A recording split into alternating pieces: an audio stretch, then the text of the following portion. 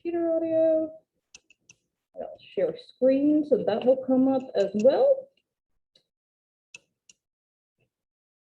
And I'll go ahead and record. Oh, looks like I set it up to just automatically record, so it's going already. All right. Okay, so I'll go ahead and put this in presentation mode. And then this is just a fun FYI for any of you who do like to use Google Slides to present things. You can always turn on captions. And so then if it's using your microphone for your computer in any way, shape, or form, it will create fairly accurate captions. You know, there are certain phrases or words, especially in psychology, that it might not recognize the exact thing, but in general, it's pretty good. It's based on Google and YouTube's algorithm. Alrighty, so today we're going to start talking about what assessment is in psychology, how that might differ from how we think about assessment in general, and just to really get on the same page about what we're going to be learning in the course. So here are some questions for thought, and some of you may have gotten to read the chapter, some of you might be still waiting for your books, right? That happens, but just some thoughts. So what are your ideas about what assessment is? And there's literally no wrong answers. Yeah.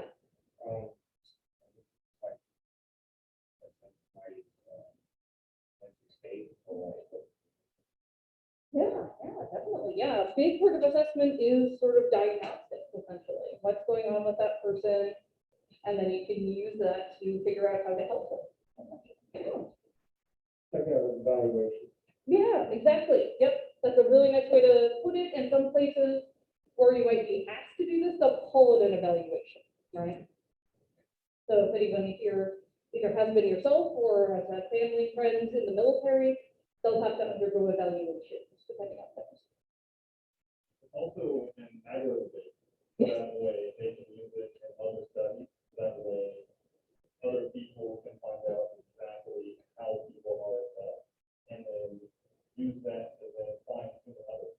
Exactly, yeah. So those of you who took Fears of Personality with me last year, we go over this in a lot of detail, that like a lot of the science of psychology is done via assessment, right? So like we're always sort of like creating tools to try to assess things as accurately as we can, and then refining them based on things. Yeah, and we have giant norming data sets for especially used common measures. So for example, in preparation for this class, primarily, I did a day-long workshop on the MMPI-3, which just came out last year, last November. It was kind of cool because one of my grad professors taught it, so I got to like take class with Yossi again. And you know, they have, I believe it's like 20,000 people that they gave it to Norman, and they really tried to make an effort to like make it representative racially and by gender, and there are age stratifications and things along those lines. And then for something like that, where it's used in say legal settings, they also have to have separate samples of people in those legal settings, because if you're really motivated, right, let's say you're in a child custody case, you're going to be really motivated to try to get custody, right? So you might try to make yourself look better than you actually are, way more than the normal population. So you got to take that into account when you interpret it. Exactly. Why are we teaching you all in class about this? Every day. Exactly. Yeah, regardless of whether you go into an applied, like if you want to be a counselor or a therapist, things along those lines, or if you think I'm going to be a researcher, you're going to be doing assessment, right? So whether it's giving people personality questionnaires, memory tests, or whether it is having a person come in to you for the first time for therapy and say, tell me what's going on with you. You know, how can I help you? You are going to have to be doing assessments. That's really important to know about. And then why did you all decide to take the class? And you don't have to, you know, sugarcoat it. If it could just be, I needed an upper level elective, that's all. Yeah. Yeah, actually, I picked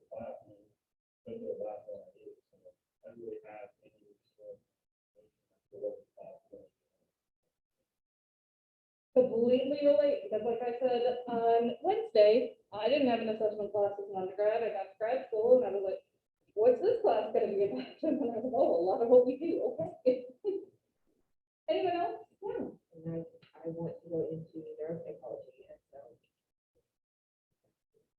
More of a doer. Yeah, exactly. So yeah, if you are interested in subfields like neuropsychology, psychology and the law, basically your job is to do with it. I mean, you'll do other elements as well, but you know, you are going to be doing assessments, a lot of it. So that's a big part of it. Yeah. Right, that's a huge piece of it. Yeah, it's like a huge no-no not to do some sort of intake interview with someone, because yeah, how are you gonna know like how to even go forward with them if you didn't, you know, if you go in just assuming, well, this will help them, and they don't even have that problem, right? It's like, I'm sure other people have had this experience before, where you go to the doctor and they like start talking about one thing, and you're like, that's not what's going on, you know? My horror story from that is, when I was younger, my pediatrician had, you know, I don't know if they were a resident or intern or whatever there. And I know my symptoms when I get a sinus infection, because I get them a lot, unfortunately, related to my allergies. And so I was like, okay, I have pain, I have coughing, I'm sneezing, there's a lot of drainage. And because of that, my stomach gets upset. And he like fixated on that last thing. He started like palpitating my stomach. And I was like, isn't that kind of a month here? And I was like, oh my God, like, it was like really bad. My mom was in the room because I was still young to like hold me back, because even at that point I never like gone off on him, right? But we have those experiences, and as psychologists, we don't want to be that person. Like, let me fix your anxiety when you're not anxious. Yeah. Yeah, when you are diagnosed with, doing diagnosis of somebody, or especially if you're prescribing a certain dosage of something, you want to, be very thorough with it. Exactly. Yeah, and that's a really interesting point you brought up about medications. So traditionally, it is psychiatrists who prescribe, who have an MD. But in fact, in some states, I believe Louisiana and New Mexico were the first two to do it. Psychologists can actually prescribe medication, right? So if you operate in one of those states, or if those policies continue to change nationwide, we might be in a position where we have to prescribe, right? And then you have to do a lot of stuff. So med school is 4 years, and no matter what kind of doctor you're going to be, you go to med school, and then you do a residency afterwards. And the child psychiatry residents that I knew had a 5-year residency, because you have to learn like at each developmental stage, you know, what is a safe dosage you can give those kids and whatnot. So for regular psychiatrists, it's like 3 years, but it's still after 4 years of undergrad, 4 years of grad school, or 4 years of grad school, right? Yeah, psychologists tend to do a 5 to 7 year PhD or PsyD program if they are going for that doctorate. But you can practice as a therapist with a 2-year master's, right? But so whatever level you're at, you need some of this basic knowledge, right? That's a big piece of it as well. And I kind of gave you the answer to the last one. Basically, all kinds of psychologists, but if you're in certain subfields, you're going to use them more, right? Alrighty, so some basic definitions. Psychological assessment is the process, so a process of using scientifically grounded methods. The process of using scientifically grounded methods to collect, interpret, integrate, and report data. And the data would be related to various aspects of psychological functioning. So I'll say that again, it's very wordy. So it's the process of using scientifically grounded methods to collect, interpret, integrate, and report data pertaining to aspects of psychological functioning. So basically, psychological assessment instruments or procedures are a broad array of procedures that give you information about a person, right?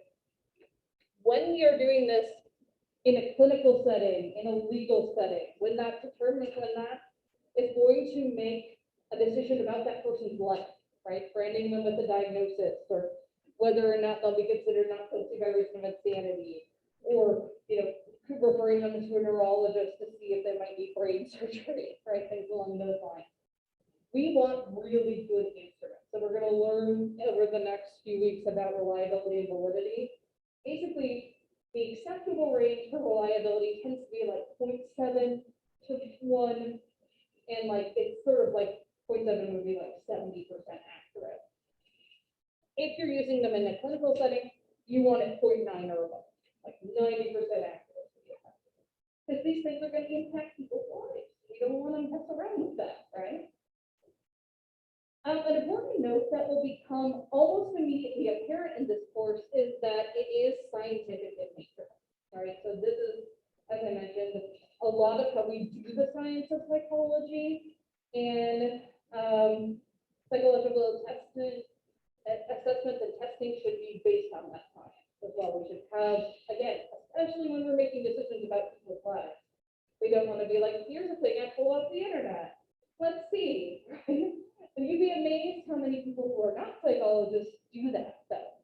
So I did neuropsychological assessments when I was in grad school, and a lot of times they were for learning disabilities and ADHD, things along those lines. And so many people were like, yeah, I got diagnosed when I was a kid. And I was like, oh, how'd that happen? They gave me a 2-page questionnaire. I was like, oh, right? Because there are actually so many things that can look like that. Like if you're depressed or anxious, especially if you have test anxiety, it can look like an attentional disorder. And so, once we went through testing, sometimes we did have a disorder, but sometimes it was something else entirely. And we can still get them accommodations for that, right? But we don't want to brand someone as ADHD or throw them on medication if they don't need it. Yeah. They figured a lot out.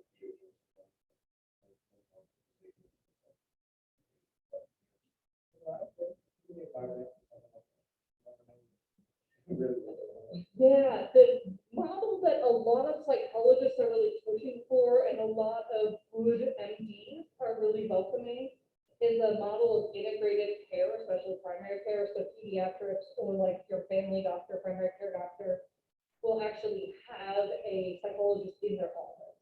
So it's like something like that. Let's walk you down the hall and either do the assessment right here or set up an appointment so you don't have to go to a different office. Now, I would say probably maybe 20% of practices actually are implementing this, right? But this is the future we're hoping, is that, to have everything in one place to reduce those barriers for people, right? So like, for example, when I was on my residency at the Medical College of Georgia, one of the places I worked was the HIV clinic. And I'm sort of sighing as I say this because Georgia is the deep south. There's a lot of stigma associated with it. They couldn't even call it the HIV clinic. They had to call it just medicine for. So like if someone was going in there and that person then you saw them, they didn't know why. But so like we would see them in the office and do brief assessments and then try to refer them for therapy. But a lot of times they would show because they couldn't get transportation, things along those lines. So to reduce those barriers to care is like one of the things I'm most passionate about now, and a lot of psychologists are as well, just because we have the tools, but if people can access them, like what's the difference with us, right? Usually as well, we try to get as many sources of information as possible that are like realistic without overburdening the person, right? Like we don't need to make them 2, 3, 8-hour days of assessment for ADHD. But we want to get, hopefully 2 or 3 well-validated instruments to really confirm that diagnosis. And there are really cool things you can do. Like one of my favorite was there's a computer automated test. And it was like you were only supposed to press this key if like it was a G followed by an I. Otherwise you don't, right? Whether a G or an I. And like as you did it, it sped up if you were doing well. And so like you might do that in addition to another test of attention that would be more professional.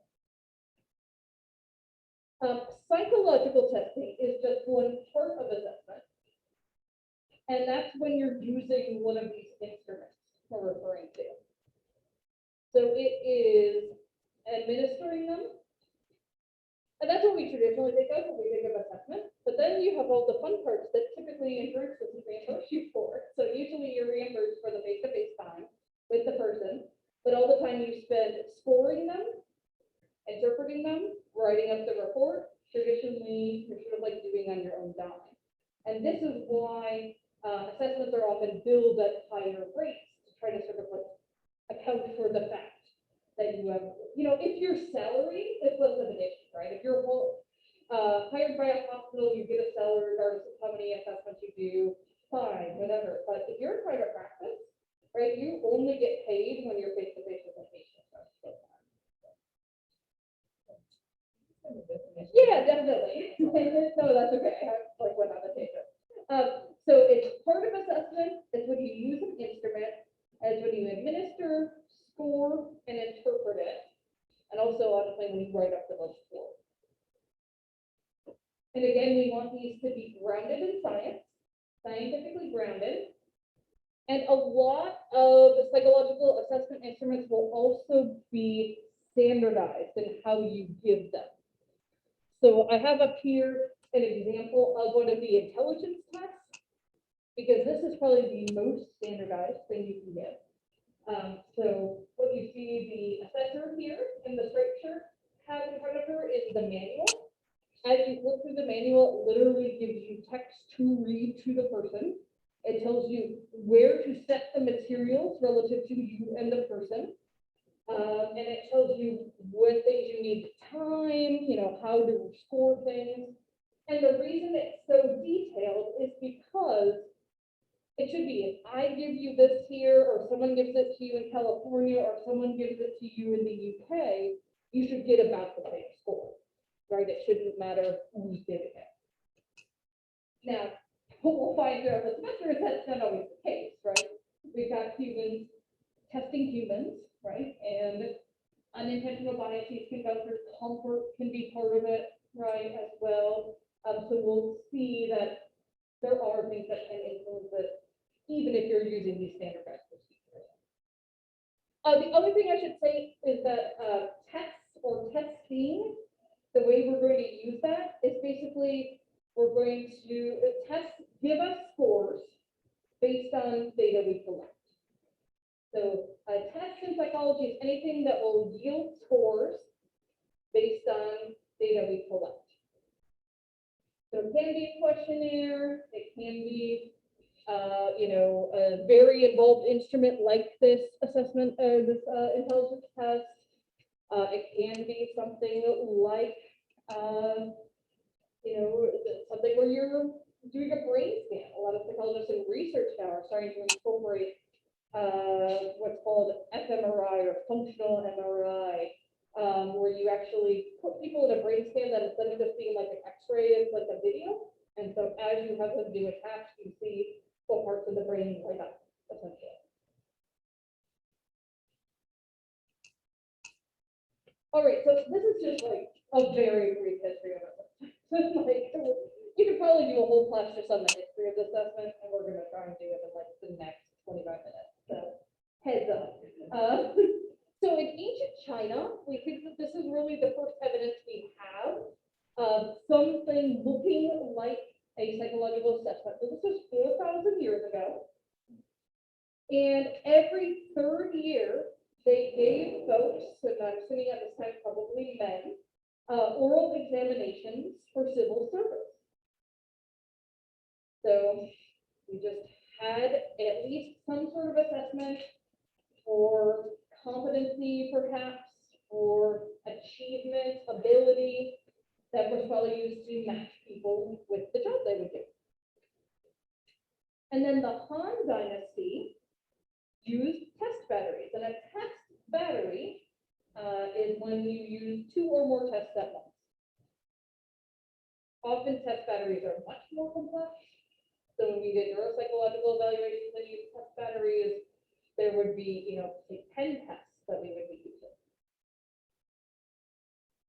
And then in the Ming, M-I-N-G dynasty, they actually had a multi-stage testing program and specific testing centers people would go to. So if anyone, I don't know if any of you would have because of the past year, but if you ever get the experience of taking the GRE, it's very similar to that. Like if you take the GRE, it's not like when you take the SAT where you're like, you go to a high school classroom with a bunch of people. There's actually like testing centers that this is their job and they do this all the time.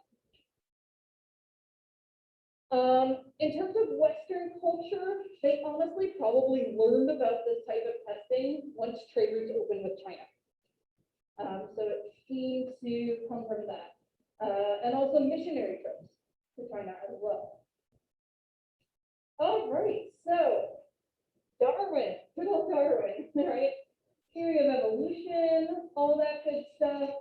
So he went to testing, not that because he did any himself, he was more focused on animals, but because he started to talk about individual differences, right? And that is the second part of our class thing, assessment of individual differences, right? So that's what we're doing in psychology most of the time is we're examining what's going on with this particular person, right?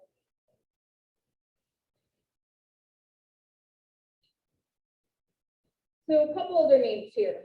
Jean Esquirel, I'm probably butchering that, but he was a French physician. And he worked with those who at that time they would have called mentally retarded, now we would call developmentally delayed. And so he looked at language usage, and ability to produce and understand language as a way to identify intelligence level. So he's one of the first person that was looking at how do we determine the intelligence level of these people who perhaps can't show us in a typical way. And then Edouard Desquin was also French. The French got really fixated on intelligence levels for a while. And so we'll talk about later in the semester Binet, who developed the Stanford Binet, which is one of the first intelligence tests. Like the French just got really into this for a while. And they did a lot of great background research. So he was also interested in intelligence and developmental delays. And so he looked at the relationship between movement and sensory motor responses and linking that to intelligence. So this was the first time that people started to think about different ways to indicate intelligence besides just what you could say. Yeah, no problem. They looked at the relationship between movement and sensory or motor responses as a way to measure intelligence. And there is a theory, some of you may remember this from intro, about intelligence that lists like 9 different types of intelligence. Some of them are like kinetic intelligence, right? Things along those, like musical intelligence. And so he was sort of the start of that. I don't think he articulated that in that way. He was just trying to find a different way to look at measuring intelligence. Then we have Sir Francis Galton. Galton was actually Darwin's first cousin. So they were related. And he was the one who took Darwin's theory and really applied it to humans. So Darwin knows a little bit about people, but Darwin was really mostly interested in animals. He did his finches and the tortoises and all that good stuff, right? But it was Galton who took it and was like, let's talk about this related to people. Like Squin, he also looked at sensory and motor functioning, which are part of cognitive psychology, sensation and perception. So it is part of psychology, right? So these are psychological constructs. He had what he called the anthropomorphic laboratory. And this was at a health exhibition in London in 1884. So it was sort of a like exhibit for people to come and be like, ooh, what is research like? But he actually like assessed people while they came through. So over the course of this health exhibition, he assessed 10,000 people. And he was these sensory and motor variables might be related to each other. So he actually was the one who developed the correlation coefficient that we'll talk about later in the class. And one of his students was Carl Pearson. And if you have taken a statistics class ever, you've probably heard of the Pearson correlation coefficient. Again, he was a student of Galton. Now, one thing I should do a sidestep here and say about Galton is he was also problematic. So some of his ideas really started to border on eugenics. The idea that they were like superior people. And the idea of the survival of the fittest among people really came from Galton, not Darwin. Like his interpretation of his cousin's theory. So even though we could say, oh, maybe some of what he did was interesting and good, we also always have to look at how have these assessments been used, how they've been interpreted. And psychology has a really dark underbelly where he is not the only person related to psychology who unfortunately has been involved in eugenics. So I think it's important to put that out there. And then after Galton, we had Patel, who was actually a psychologist. He was a huge figure in American psychology. Not only talking about research, but also like psychological statistics. And Patel was the first person who coined the term mental test. They're like, we're going to do an assessment. We're going to do a test, a mental test.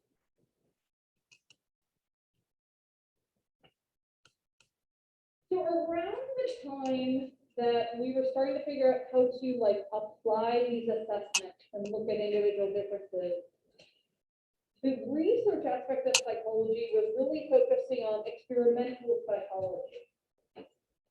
So positivism was one of the schools of thought.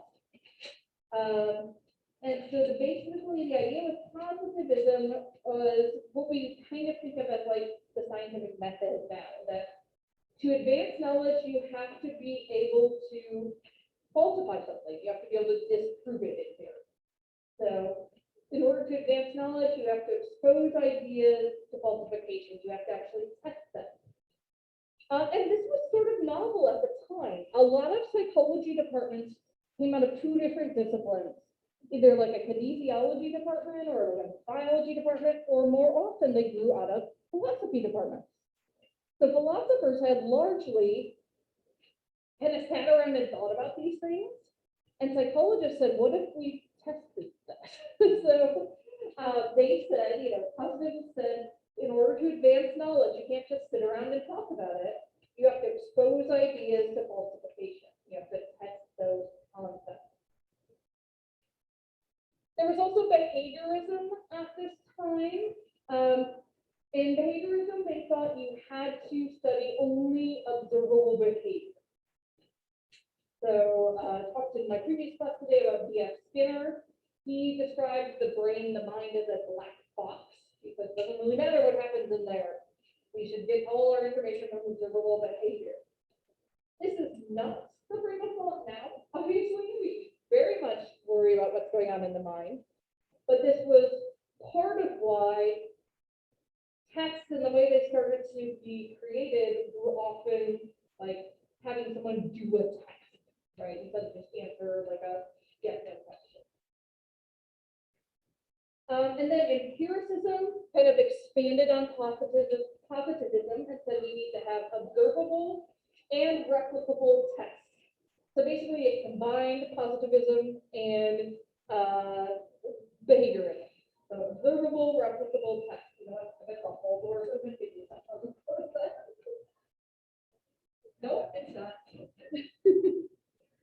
The kids are just very cheerful. All right, so yes. And then, so here's what I'm saying, the observable replicable tests. A lot of psychologists at this time were in labs, and they were really focused on the research aspect of things. At the same time, psychiatry was developing as an applied medical discipline. So you had things like psychoanalysis, with Freud coming up with the first talk therapy. You had people trying to describe and label disorders. But these were like, at that point in time, really separate from what experimental psychologists were doing. Experimental psychologists were looking at like basic questions of memory. And psychiatrists were like, let's find out what's going on with this person who needs help. All right, so then we also had Wilhelm Wundt. So he's considered the father of psychology, and he was the first person to set up a psychology laboratory. I believe it was 1874, to quote me on the date. I'm not going to test you on it. Thank you. But basically, he was the first person to be like, let's actually test stuff. And so psychology was in the lab, and psychiatry was trying to figure out people. And as you can imagine, now they start coming together. And as I mentioned, the French were really on the leading edge of thinking about how do we assess people, how do we start to help them based on this, and in particular, looking at application of things and intelligence. So the Binet-Simon scale, as you can see, went through a bunch of revisions, which is really cool. This was the first time they were not just like, here's a thing, we're just going to use it indefinitely. They started using it, and then after a couple of years, they're like, we can improve this. And this is really the format we've seen traditionally in psychology since then, where every few years, or maybe sometimes it'll take longer, 10, 20 years, we do a giant update and we make sure things are norms to the existing population because our demographics change, right? And also do things like look at whether questions are ethical, legal, or to be asking people now. Some of the language might be, need to be updated, right? So 1905, it was just 30 items, and they increased in difficulty as you went along. And they wanted to identify, the way they described it was intellectually subpar individuals. And their standard sample was 50 kids. So 30 questions, 50 kids, again, like no one had really made a standard sample before, so this was pretty good. By the time they got to 1908, they doubled the number of items. They had a sample of 200 kids for standardization. And this is when they first introduced the idea of mental age. We'll talk about this more when we talk about intelligence tests. But this was one of the ways they tried to describe intelligence for many years. And then they revised it again in 1911. Then some folks in the US were like, ooh, we like this, we want to translate it and adapt it for use in the US and maybe update it more. So their standardization sample was now 1,000 people. And this now became the Stanford Binet, because of Stanford University, where the folks were. And then in the end of World War I, like, I think this was a great idea that just like didn't really get implemented well in World War I. They just didn't have the time. But psychologists started to use their knowledge in an applied way to evaluate military recruits. So in your book, I think it's on page 10, they show you the Army Alpha and the Army Beta tests. The difference between the Alpha and the Beta was the Alpha required reading, and the Beta could be taken by someone who was illiterate. So that was a big distinction there. So they were thinking about how do we assess people, and again, can't maybe respond in traditional pencil and paper way. This started to get tied into the Stanford Binet and education and thinking about how do we develop and use achievement tests to see how people are succeeding, their areas of weakness, and maybe also, you know, what path we want to send them down.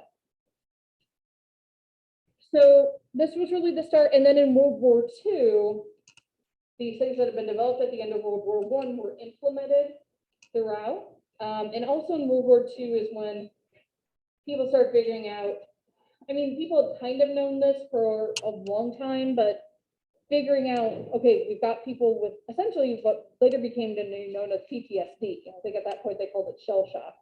How do we help them, right?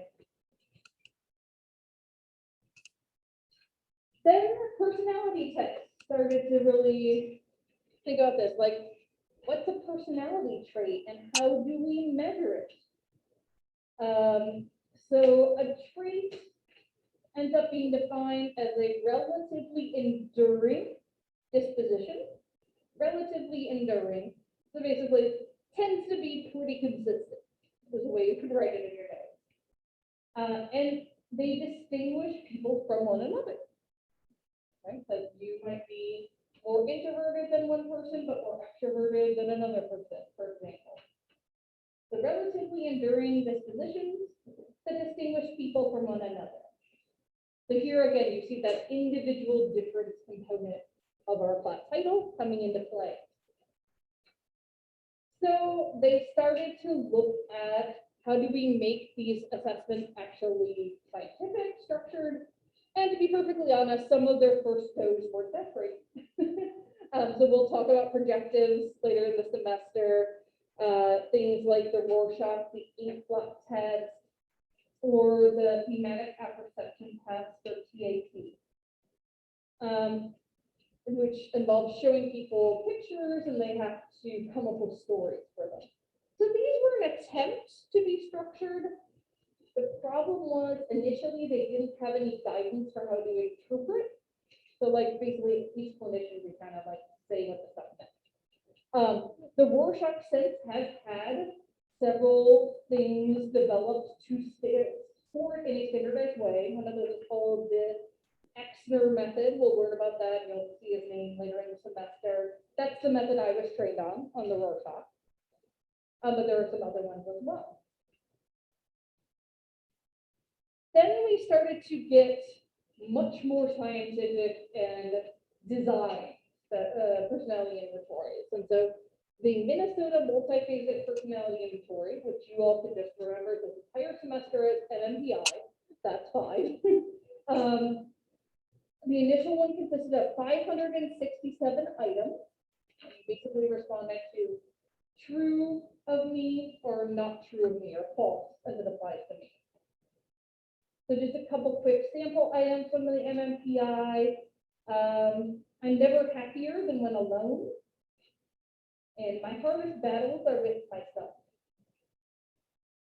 And there are scales to measure essentially diagnoses in the MMPI, and there are also scales to measure basically how much you're paying attention when you take the instrument. So we'll talk about those as we go through it as well.